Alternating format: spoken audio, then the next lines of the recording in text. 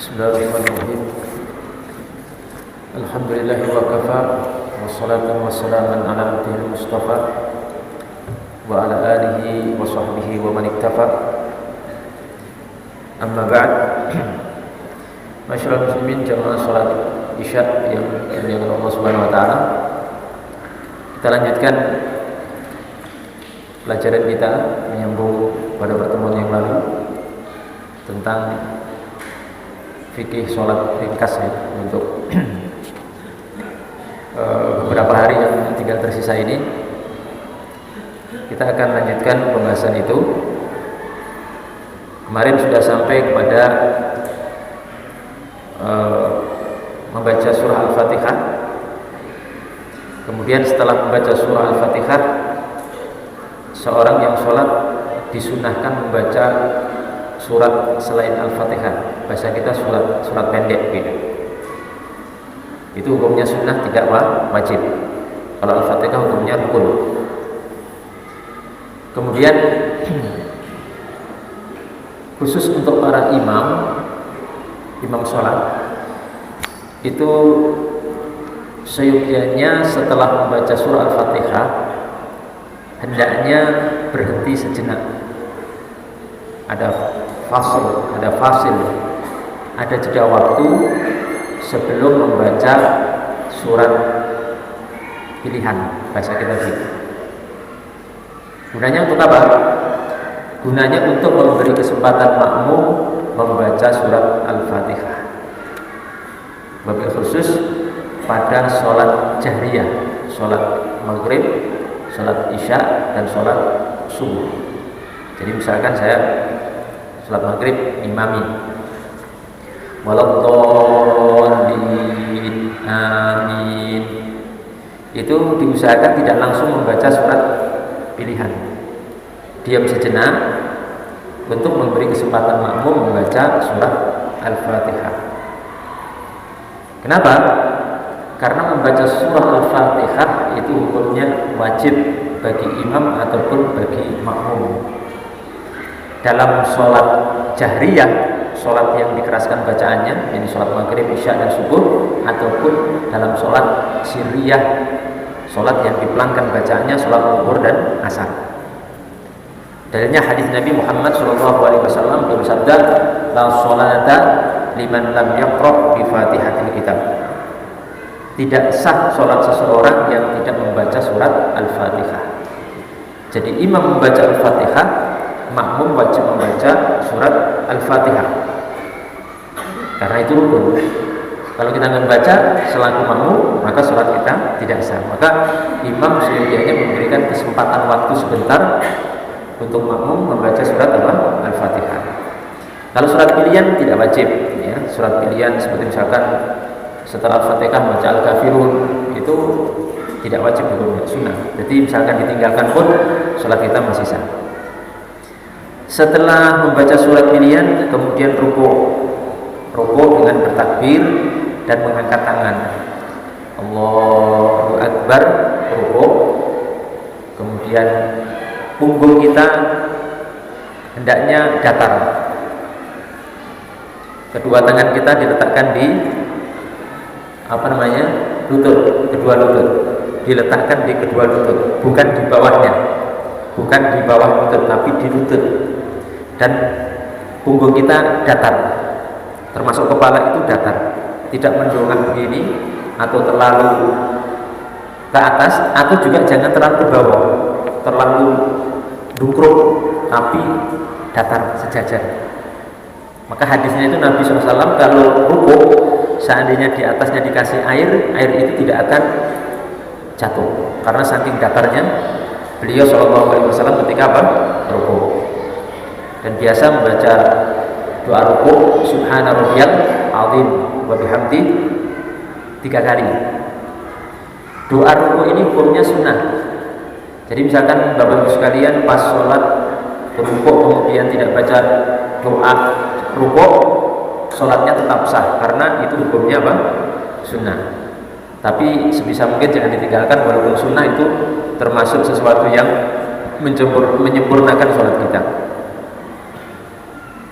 Setelah dari rukuk kemudian i'tidal, bangkit berdiri. Bacanya benar, sami Allahu liman hamidah, berdiri. Sami Allahu liman hamidah, berdiri sambil mengangkat tangan. Ya. Sami Allahu liman hamidah. Terus Rabbana lakal hamdu, Rabbana lakal hamdu. Terus tangan ini kembali lurus. Ini namanya irsal. Sami Allahu liman hamidah, Rabbana lakal hamdu. Tangannya kembali lurus. Ini dalam istilah para ahli fikih namanya irsal. Bagaimana kalau ada sebagian saudara kita yang sedekap? Ini Sami Allahu liman hamidah, begini, kembali sedekap. Dipersilahkan juga. Ya, dipersilahkan karena ada sebagian ulama juga yang berpendapat kembali sedekap. Tidak ada masalah. Cuma kami pribadi mengikuti pendapat yang masyhur di kalangan ulama, yakni kembali lurus. Ini ya, pernak-pernik fikih itu mesti ada perbedaan pendapat. Makanya fikih itu luas, Bapak Ibu sekalian. Nggak bisa kaku-kaku, nggak bisa kita paksakan pendapat kita, nggak bisa kemudian kita memaksa orang untuk mengikuti kita, nggak boleh. Makanya alhamdulillah di sini kita diberi kesempatan untuk menyampaikan ini. Ya coba kalau misalkan ustadznya nggak moderat, ya maksudnya memaksakan pendapat dalam khilafiyah, itu nanti akan menimbulkan kegaduhan, percekcokan dan juga perseteruan di kalangan kaum muslimin. Padahal itu masalahnya ringan, masalah khilafiyah ijtihadiyah. Jadi yang mau langsung lurus silahkan, mau yang kembali sedekap juga silahkan. Masing-masing punya ulama dan masing-masing punya argumentasi dan dalil. Ya, semuanya punya argumentasi dan dalil. Kemudian setelah itu i'tidal, kemudian sujud. Kemudian apa? Sujud. Sujud itu dengan takbir tanpa mengangkat tangan. Kalau sujud takbir tapi tanpa mengangkat tangan. Jadi sami Allahu liman hamidah, Rabbana lakal hamdu, kemudian sujud. Turun sujud, takbir Allahu Akbar tanpa mengangkat tangan. Kemudian yang pertama kali kita letakkan ke lantai, kedua lutut. Kedua apa? Lutut.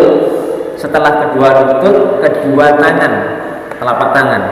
Lutut dulu, kemudian kedua telapak tangan, kemudian baru kening atau jidat kita. Kalau turun sujud urutannya seperti itu, dan ini pendapat dari mayoritas ulama, kebanyakan ulama, ya kita ikuti yang ini. Tapi Ustaz, saya mengikuti pendapat lain, saya turun sujudnya tangan dulu, boleh enggak? Boleh, silahkan.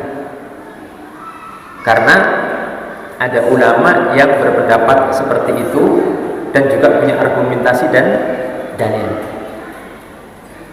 Enak kan kalau belajar fikih seperti ini, enak. Keluar masjid nggak jadi garang gitu, tetap adem, tetap sejuk, ya. Dan perlu dipahami di sini kita tidak boleh, dan kami pribadi tidak pernah memaksakan pendapat kepada siapapun. Kita hanya mengikuti para ulama kita, khususnya imam madhab yang 4, Imam Syafi'i, Imam Abu Hanifah, Imam Malik bin Anas, Imam Syafi'i, dan Ahmad bin Hanbal rahimahumullahu jami'an. Jadi boleh lutut dulu, boleh tangan dulu. Tapi yang diikuti oleh mayoritas kaum muslimin di Indonesia ini pendapat Imam Syafi'i rahimahullahu taala, yang turun lutut dulu, baru tangan, baru kening. Dan saya mengikuti pendapat yang ini. Kemudian doanya subhana rabbiyal a'la wa bihamdih 3 kali. Itu juga hukumnya sunnah. Sekali juga boleh.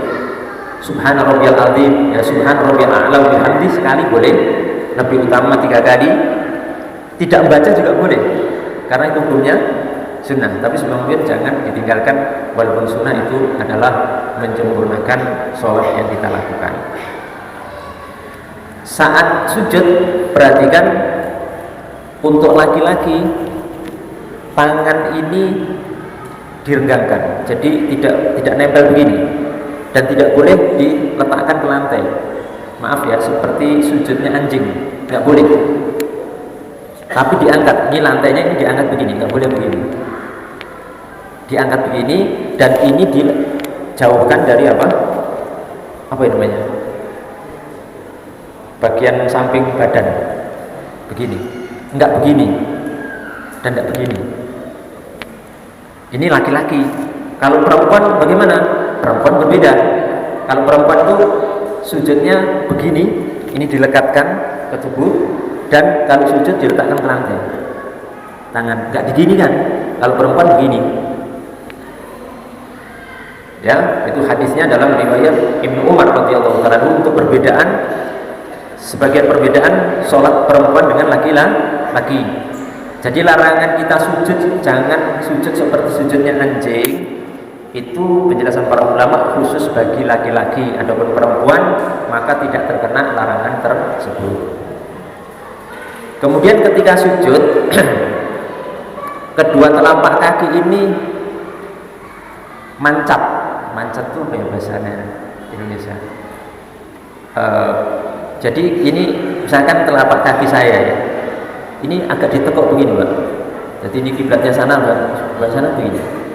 Jari-jarinya ditekuk seperti ini, ya. Jangan sampai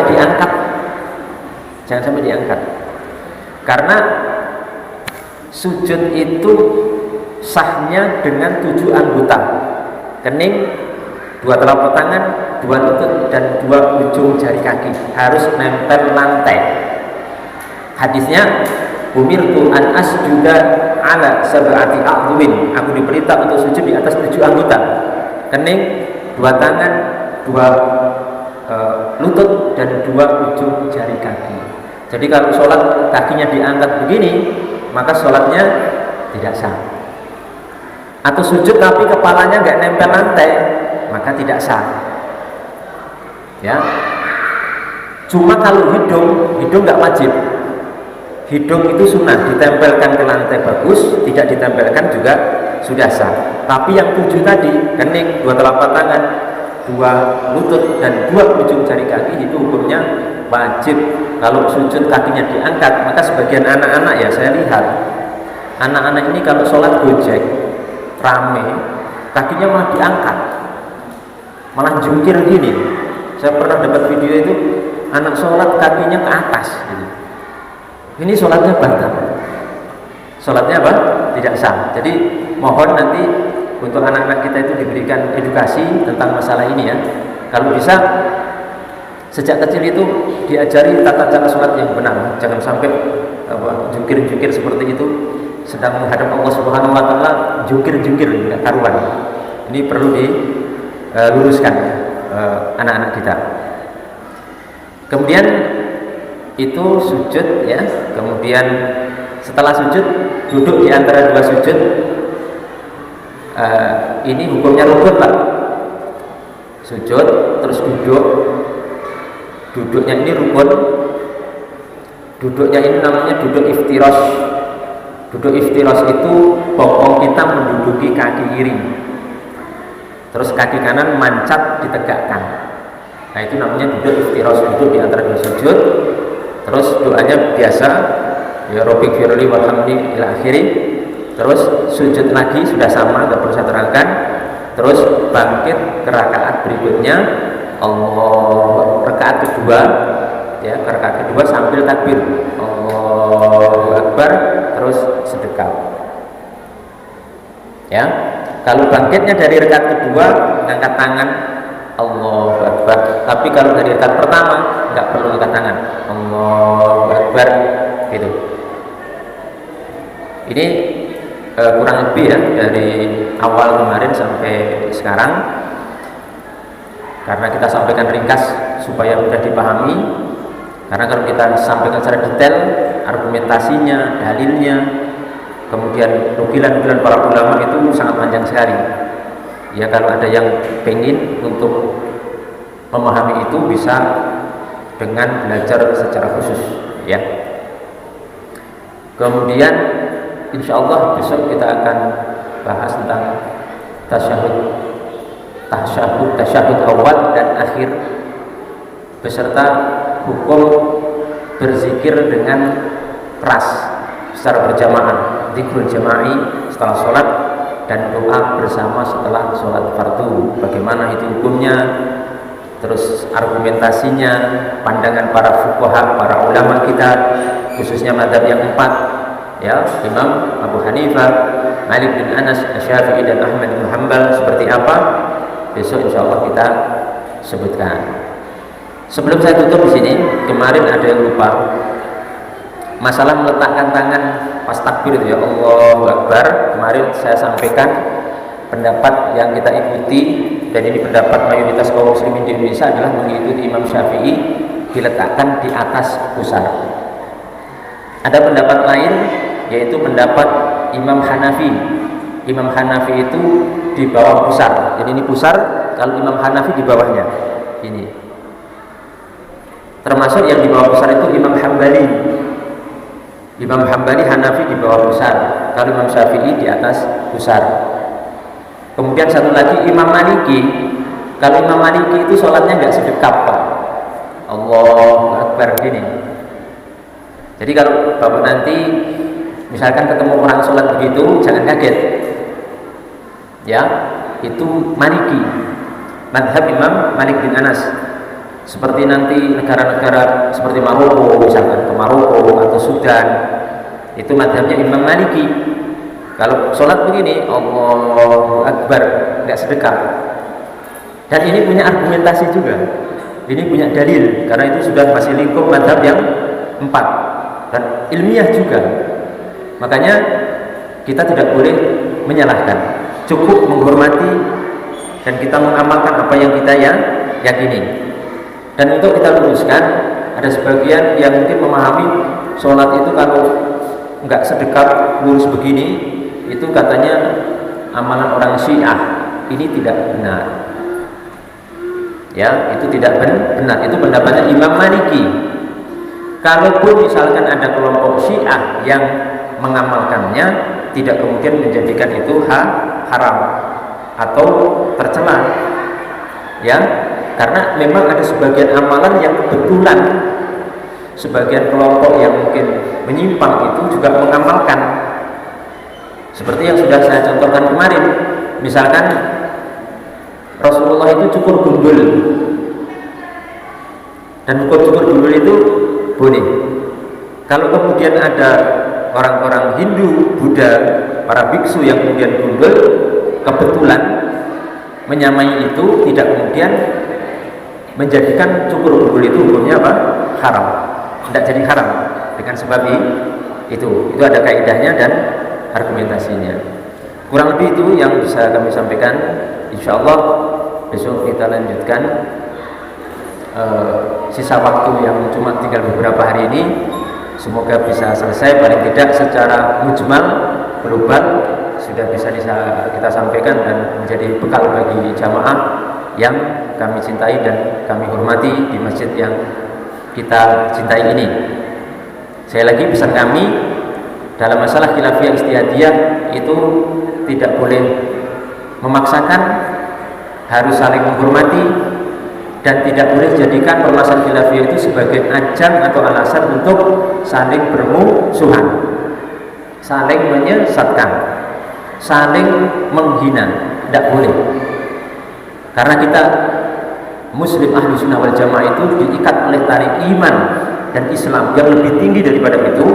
Dan perbedaan pendapat itu sudah ada sejak zaman sahabat Nabi.